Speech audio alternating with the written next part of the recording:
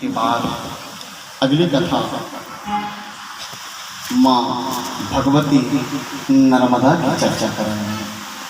मैं बहुत सारे घरों में कहानी में बैठने गया तो यहाँ पर बहुत सारे नर्मदा के भक्त सभी हाथ जोड़कर नर्मदा जी को याद करेंगे। बड़े दिनों से चाह रहा था कि नर्मदा जी की चर्चा हो और भगवान शिव की कथा श्रीमद् देवी भागवत जी में आई तो मैंने शिव की कथा में गणेश कथा कार्तिकेय कथा बताई, लेकिन मेरा मन था कि मैं कुछ ऐसा सब्जेक्ट मां नर्मदा जी का आपसे निवेदन करूँ। दोनों हाथ जोड़कर मां नर्मदा को याद करें कि नर्मदा पूजते तन भगवान महेश्वर वाचिके पूजते तद्वद देवाश्चार्षियोचितः। आदरणीय श्रोताजनों, नर्मदा जी की चर्चा सबसे पहली चीज तो ये है कि हमारे देश में जितने भी ग्रंथ हैं वो हमारे दुख को दूर करने वाले हैं। बोलिए नर्मदा मैया की। क्या दूर करने वाले हैं? सभी बोलेंगे दुख को दूर करने वाले हैं। क्या दूर करने वाले हैं? दुख को दूर करने वाले हैं। तो मैं आपसे एक प्रश्न करना चाहता हूँ, आप लोगों के घर में कौन कौन के घर में नर्मदा जल है रखा है? हाथ उठाए रखिएगा। वाह, अपने आप के लिए ताली बजा लीजिए। नर्मदा जल जिन जिन के घर में रखा है अजमा के देखना। जिनके यहाँ नर्मदा जल नहीं रखा है और जिनके यहाँ रखा है उनमें अंतर देखना। नर्मदा जल जिनके घर में रखा रहता है ईशान कोण में या कलश में या फिर कुप्पी में या कहीं भी, जिनके घर में भी नर्मदा जल ईशान कोण में रखा रहता है ना, नर्मदा जल हास्य रस का प्रतीक है। उनके यहाँ हंसी हमेशा बनी रहती है। आदरणीय श्रोताजनों, हंसी हमेशा बनी रहती है, हास्य रस खिलखिला नर्मदा जल। तो नर्मदा जो है वो हास्य रस का प्रतीक है और हम बड़े सौभाग्यशाली हैं। नर्मदा जी की तरफ मतलब नर्मदा जी की तरफ मतलब पूर्व तरफ ईशान कोण की तरफ सभी ऐसे करके घूम के मुख कर लो। सभी लोग कर लीजिए, कर लिए है ना। और उसके बाएं तरफ चले जाइए तो आपको मध्य प्रदेश में अमरकंटक जो है ईशान कोण में मिलेगा। कहाँ मिलेगा? कहाँ मिलेगा? ईशान कोण में। और कहाँ पे? मध्य प्रदेश में बीचों बीच में। और ईशान कोण में कौन खड़ा है? शिव खड़ा है। 4,32,000 किलोमीटर की ऊंचाई है शिव की। मैंने एक दिन बताया था, क्योंकि चांद उसके माथे के पास है। कहाँ पे है? माथे के पास है। और माथे के पास चांद और यहाँ से चांद की दूरी 4,32,000 किलोमीटर। ठीक है, मैंने एक दिन और बताया था, जो नए श्रोता है वो भी सुने। और कमर से ऊपर 4,32,000 किलोमीटर और कमर के नीचे 4,32,000 किलोमीटर, मतलब 8,64,000 किलोमीटर शिव की ऊंचाई। क्योंकि चांद उनके माथे के पास है और वहां पर बर्फ जमी है। क्या जमी है? सच में जमी है क्या? ऐसे ही बस कर रहे हैं। जमी है, जमी है ना। अगर जमी नहीं होती तो जो ओले पत्थर गिरते हैं वो कहाँ से गिरते? बर्फ ही तो गिरती है ना। इसका मतलब ऊपर बर्फ है। और उस बर्फ के बीच में भगवान शिव को जब पसीना आया, बर्फ में एक तो पसीना आता ही नहीं है। आता है बर्फ में पसीना है? कैलाश में पसीना है? लेकिन जैसे ही पसीना आता है तो एक बूंद टपकती है और ईशान कोण अमरकंटक में गिरती है और नर्मदा का जन्म हो जाता है। आदरणीय श्रोताजनों, नर्मदा का जन्म हो जाता है। और जब जब जब नर्मदा का जन्म होता है तो नर्मदा बहना शुरू करती है। मैं जो कथा बताने वाला हूँ, हमारे देश में जो भी ग्रंथ बने हैं वो प्रमाणित ग्रंथ हैं, दुख को मिटाने वाले हैं। लेकिन मैं जिस कठिन विषय को लेने वाला हूँ, मेरी हिम्मत नहीं पड़ रही है। कुछ विषय ऐसे होते हैं जिन्हें लेने के लिए बड़ी हिम्मत की जरूरत होती है। मैं जिस कथा को लेने वाला हूं वो कथा थोड़ी कठिन है, लेकिन विश्व में 290 देश हैं। 290 देश में किसी देश में इस्लाम की पूजा होती है, किसी देश में यीशु की पूजा होती है, कहीं यहूदी धर्म है, कहीं किसी की पूजा होती है, कहीं किसी की पूजा होती है। लेकिन सनातन धर्म मध्य प्रदेश में और केवल नर्मदा के तट पे सत्यनारायण की पूजा होती है। बोलो सत्यनारायण भगवान की। केवल सत्य की पूजा कहीं होती है तो नर्मदा के तट पे होती है। जो सत्यनारायण की कथा होती है ना, ये विश्व में कहीं नहीं होती, केवल नर्मदा के तट में हमें वो किस्मत मिला है जो सत्य की पूजा करता है। तो मैं जो बात बताने जा रहा हूँ वो बहुत गंभीर है, और वो गंभीर इसलिए है क्योंकि एक दिन यज्ञवाल्क्य जी शयन कर रहे थे, और शयन कर रहे थे तो सो रहे थे और उनको स्वप्न आया, और स्वप्न में उनको स्वप्न दोष हो गया। और जैसे ही स्वप्न दोष हुआ तो उन्होंने अपने वस्त्र को रात्रि में ही बदल के और कहीं छानी में रख दिए। उसी समय उनकी जो विधवा बहन थी उसको मासिक धर्म का समय आया, और वही वस्त्र उसने मासिक धर्म में उपयोग कर लिया, और एक दुनिया का सबसे बड़ा महापाप हो गया। और जैसे ही महापाप हुआ, सुबह हुआ, यज्ञवाल्क्य जी ने उस कपड़े को ढूंढना शुरू किया, और बहुत ज्यादा ढूंढा। तो बहन से पूछा वो कपड़ा कहाँ है, तो बहन ने कहा भैया वो कपड़ा तो मैंने मासिक धर्म में उपयोग कर लिया। कांप गए, घबरा गए, ये क्या हो गया। और उसी के कारण उनकी बहन गर्भवती हो गई। दुनिया का बड़ा महापाप, कपकपाहट हो गई। बहन भी घबराई, भाई भी घबराया, क्योंकि मैं बहुत गंभीरता से बात बता रहा हूं, सभी सीधी कमर करके सुनेंगे, क्योंकि ये कथा बहुत ज्यादा जिम्मेदारी की है।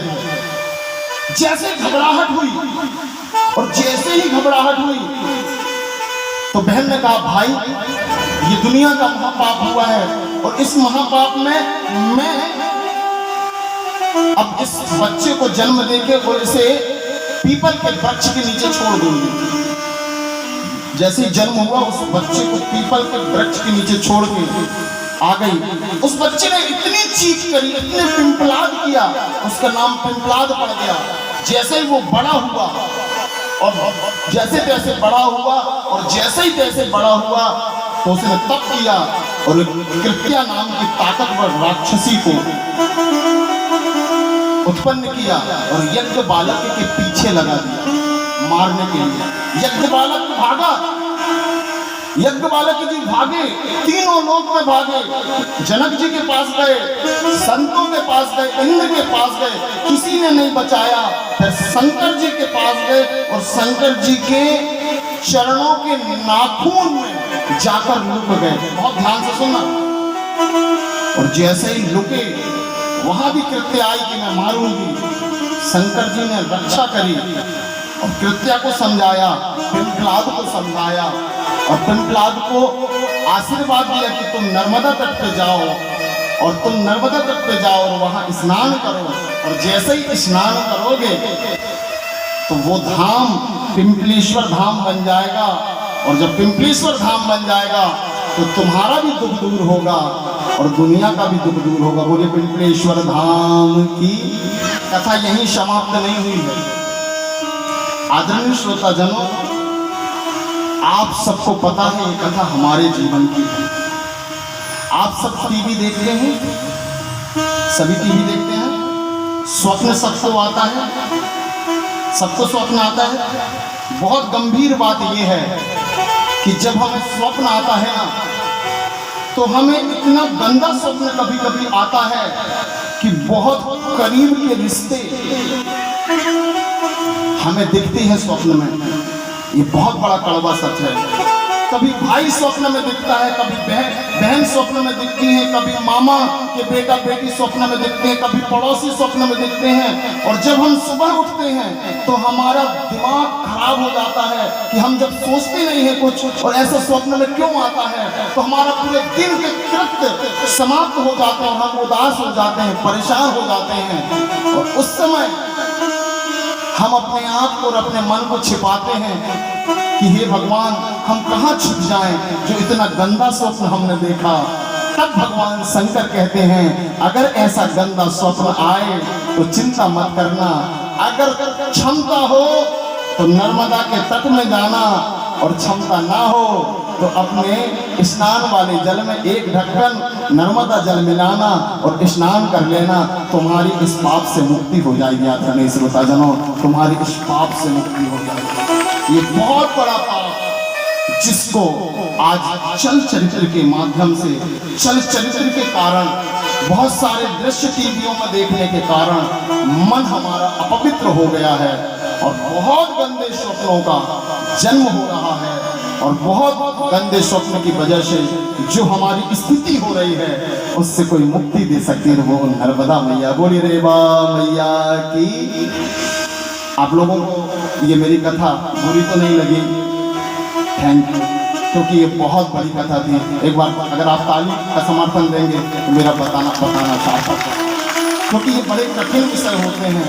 इन विषयों को बोलने के लिए बड़ी ताकत लगती है, क्योंकि हम किसी से ये विषय शेयर नहीं कर सकते।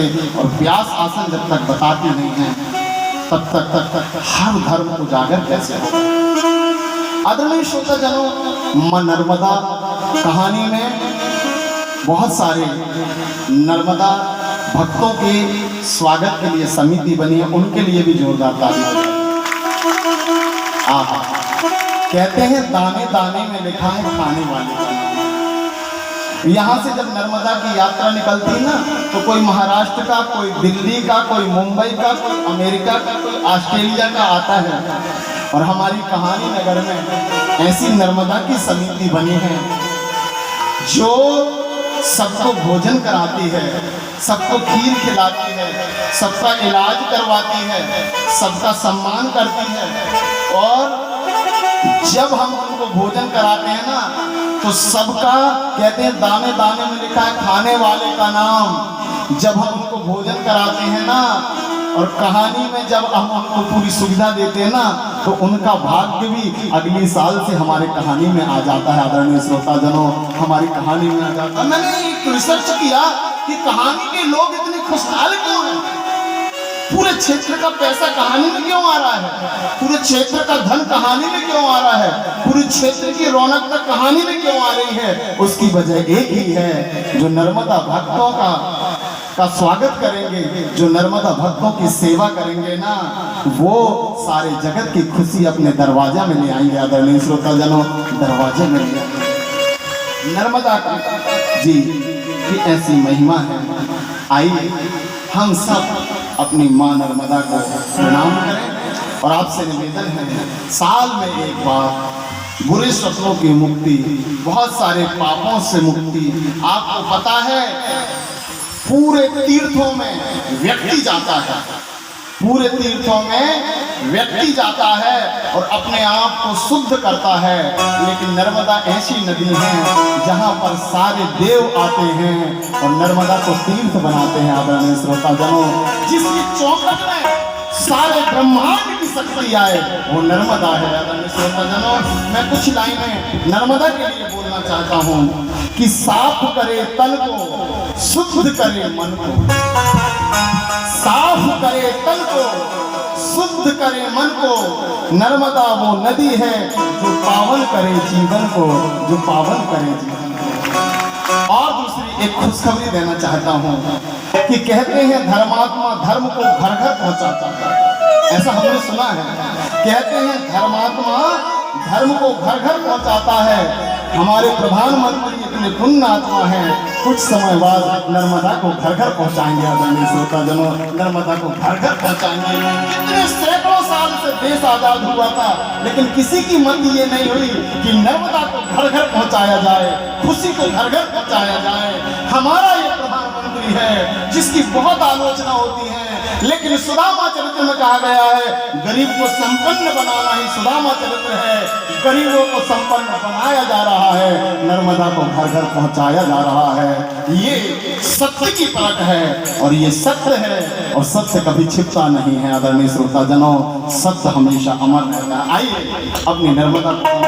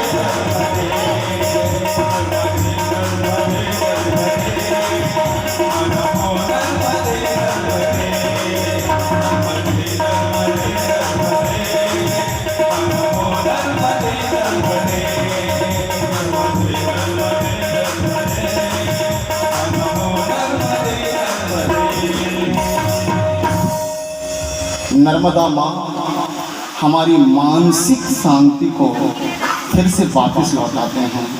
जो बहुत करीब के रिश्तों से, बहुत करीब के रिश्तों का जो हमें अश्लील दृश्य हमारे जीवन में जुड़ता है और ऐसे कृत्य बनकर जो हमारे पीछे लगती हैं, उससे कोई मुक्ति दिलाती है तो वो माँ नर्मदा है।